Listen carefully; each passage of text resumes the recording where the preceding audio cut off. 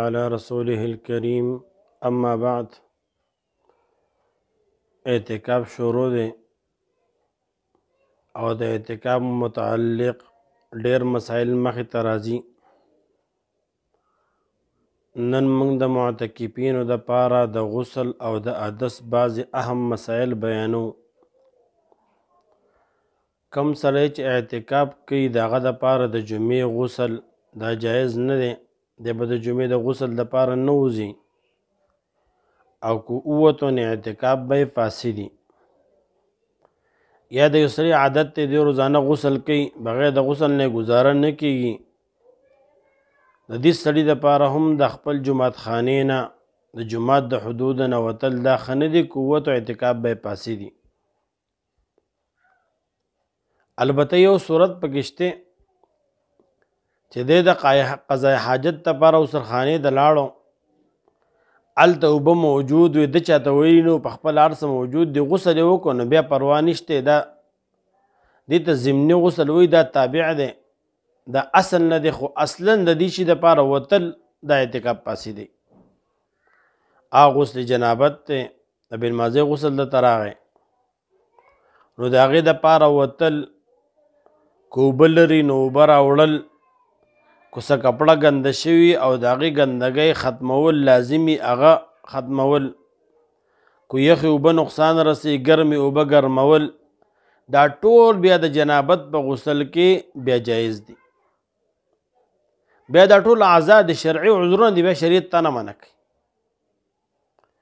دومره خبره ضرور ده چې غسل دی وکړو، د غسل نه بعد به د چا سره خبرې د مسجد د حدود نه بار یا هلته ایسارېدل بغیر د څه شرعي عذر نه، نو که د غسل نه بعد یو سړی یو منټ هم ایسار شو یا د یو منټ د چا سره سوا خبرې وکړې او د جومات په حدودو کې نو اعتکاف به یې فاسد دي.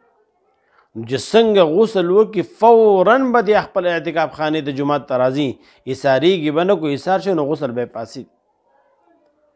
نو د جنابت غسل دپاره ټول ضرورت به کار راوړی شي، لیکن د هغې نه علاوه نور غسلونه دا په اعتکاف کې جایز نه دي. دا قرنګې اودس متعلق هم یاد ساتئ. هر هغه عبادت چې د هغې دپاره اودس لازمي دی، فرض منځ، واجب منځ، نفل منځ، سنت منځ، سجده تلاوت او قضا منځ، د قرآن عظیم تلاوت په قرآن کې دننه، د دې څیزونو دپاره د دې اعمالو دپاره اودس لازمي دی. نو که د دې دپاره د اودس کا په دې نیت ووتې نو بیا صحیح ده، اودس له وتی شي. خو که د دې نه علاوه ته تسبیحات کولو، درود شریف دی وی، ذکر دی کوو، هر هغه عمل دی کوو چې د اودس نه بغیر هغه کېږي ته ووتې نو اعتکاف به دې فاسد.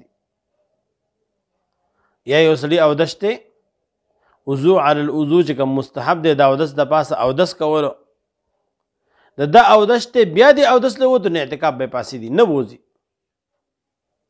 نو کوم عبادتونه چې داسې دي چې د هغې دپاره اودس لازمي دی، نو هغې له وتی شي او لرې هم تللی شي، هر څه وله کولی شي په شرط د دې چې نږدې نه وي. خو چې کوم عبادتونه داسې دي چې د هغې دپاره اودس لازمي نه دی او دی ووتو نو اعتکاف به یې فاسد دي.